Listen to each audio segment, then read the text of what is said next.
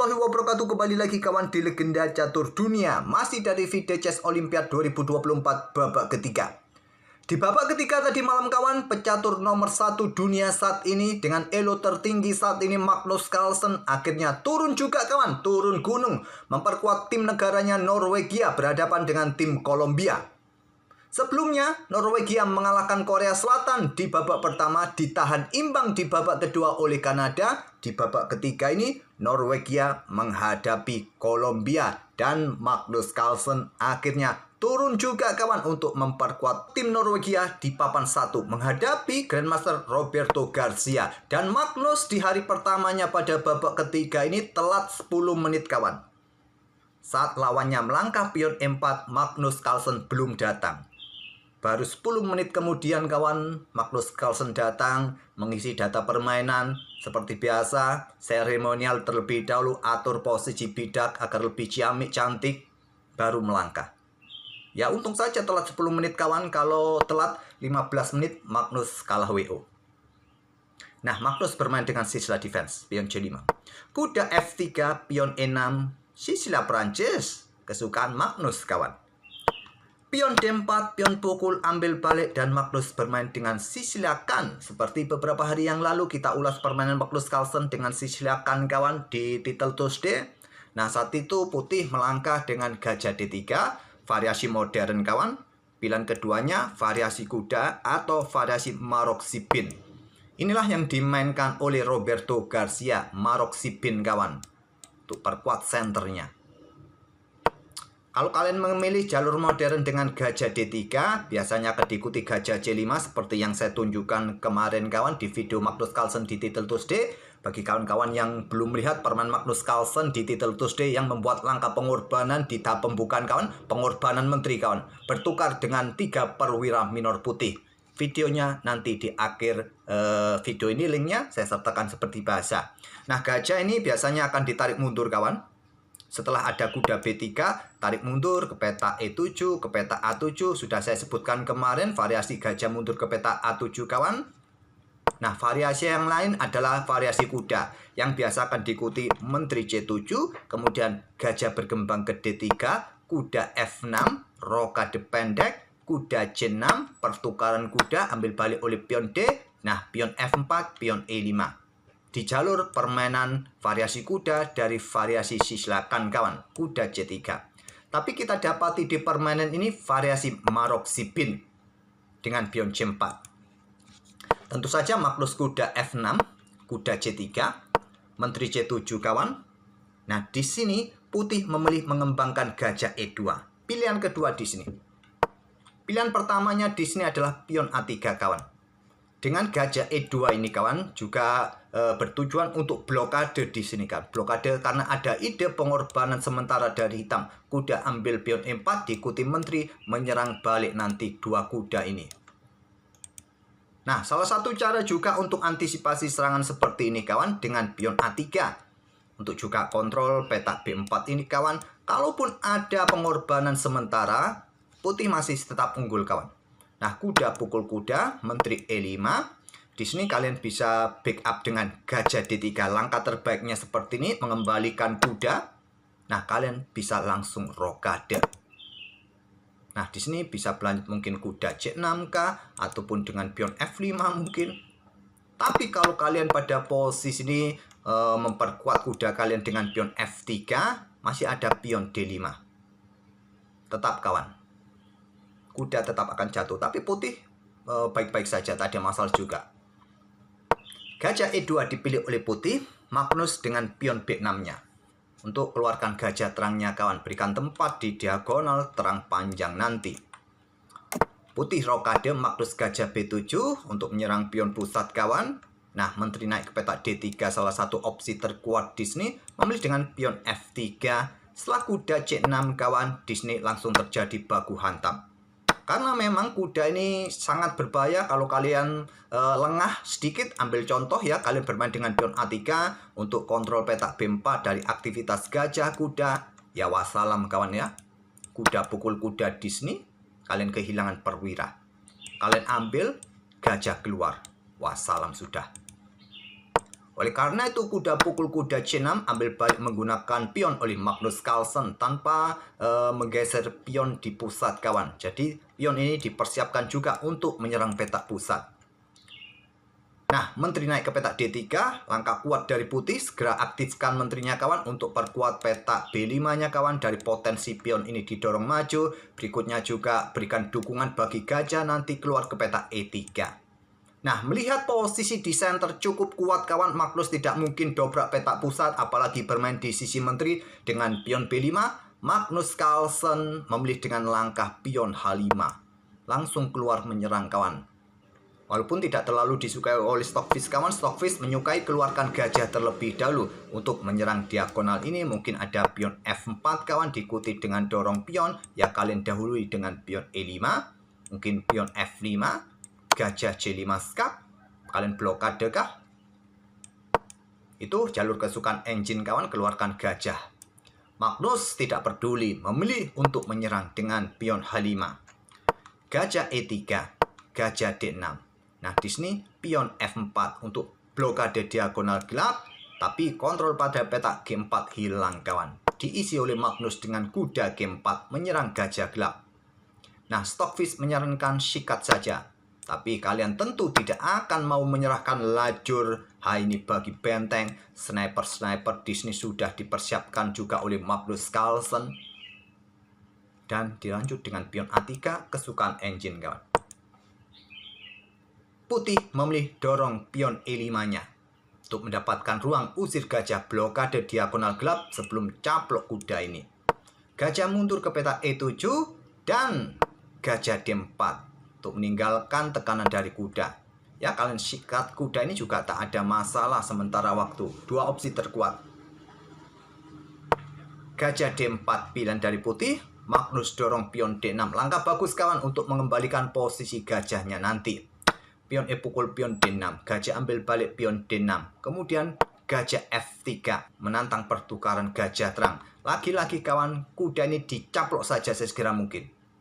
Nanti diikuti menteri bergeser ke petak E3 untuk mengancam pion di sini.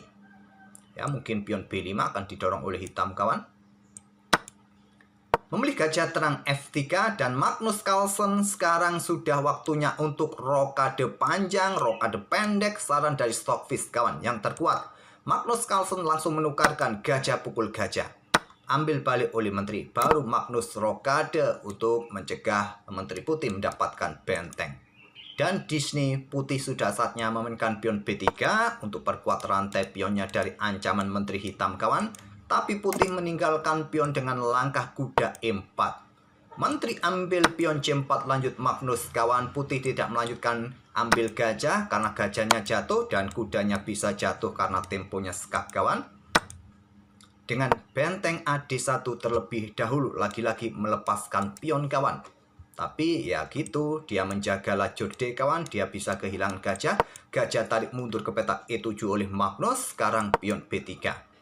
Menteri mundur ke B5 di sini, lanjut Magnus untuk perkuat petak H5-nya kawan. Dari potensi pion H3 usir kuda, menteri bisa caplok pion H5. Nah, menteri ke G3 ide yang cukup bagus kawan di sini. Yaitu tentu saja ancaman berikutnya pion H3 bersama gajah. Menteri di sini kawan, ada kuda juga. Kemungkinan pion F5 akan dimainkan oleh hitam. Nah, bisa kalian dorong pion H3. Pion ambil kuda E4, pion ambil kuda G4. Putih bernafsu untuk mengusir menteri kawan dengan pion A4 untuk meninggalkan baris kelima ini. Menteri ke B4 di sini, lanjut Magnus berkoneksi dengan gajahnya kawan. Dan pion H3, kuda H6. Tidak mungkin bergerak ke petak F6 ya, karena ada kuda, ada gajah, nanti posisi raja terbuka, pion jatuh kawan.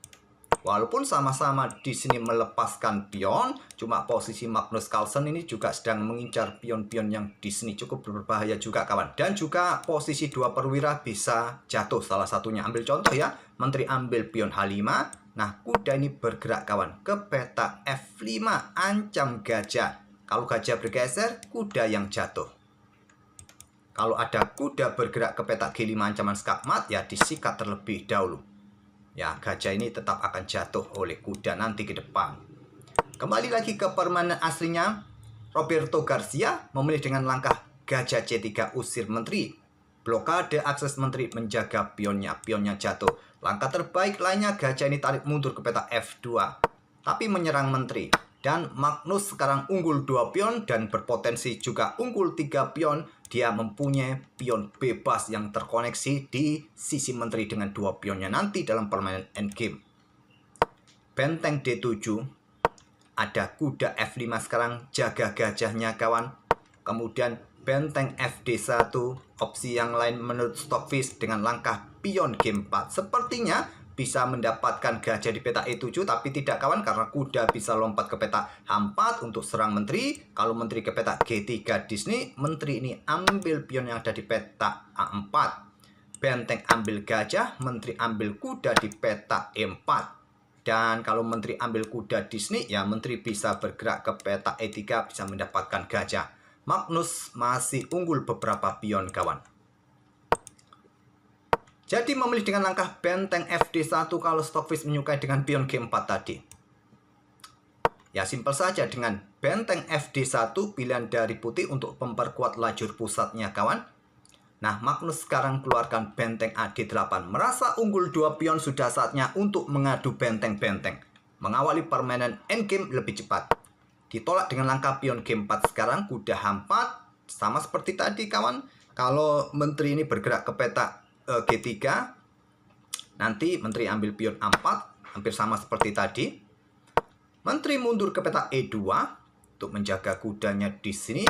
Nah, Magnus ambil pion A4. Magnus sekarang unggul 3 pion kawan.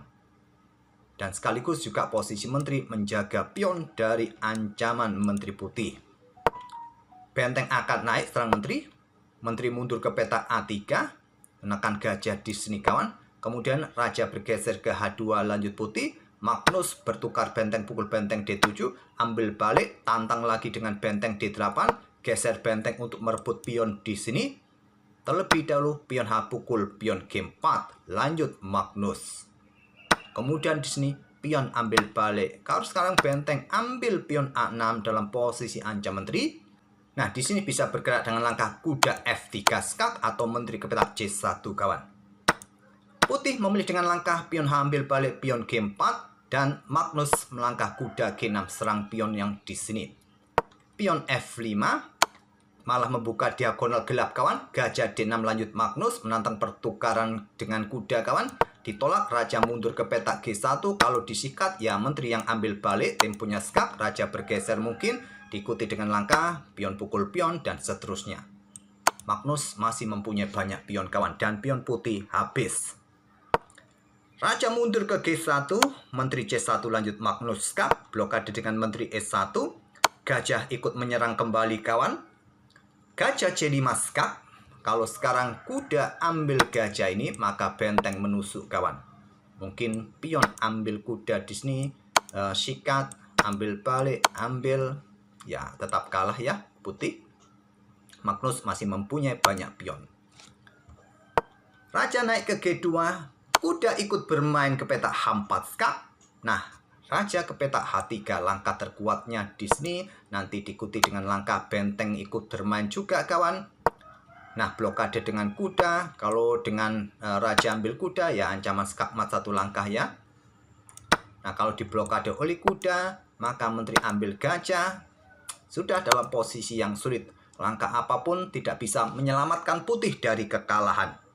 Putih memilih menteri ambil kuda H4 dan ancaman skakmat sudah tak terhentikan sekarang. Malah memberikan jalan bagi menteri hitam G1 skak. Raja F3, benteng D3 skak. Memberikan kesempatan skakmat lebih cepat kawan. Raja E2, menteri D1 skakmat. Kalaupun raja bergerak ke peta F4, ya sama juga kawan ya. Diikuti menteri skak, raja naik dan ada gajah bisa skak di sini. Kuda tidak bisa ambil dalam posisi kenapin atau dengan benteng ke sini juga bisa skakmat. Jadi tadi memilih raja mundur ke peta E2 dan menteri D1 skakmat. Norwegia mengalahkan Kolombia dengan skor 3,5 kawan. Dan semoga permainan dari Magnus Carlsen ini bisa menghibur kalian dan memberikan wawasan kalian dalam permainan Sisyla Defense. Variasikan kawan pion A6, bisa jadi rujukan kalian. Terima kasih, kita akan bertemu di video-video berikutnya. Wassalamualaikum warahmatullahi wabarakatuh.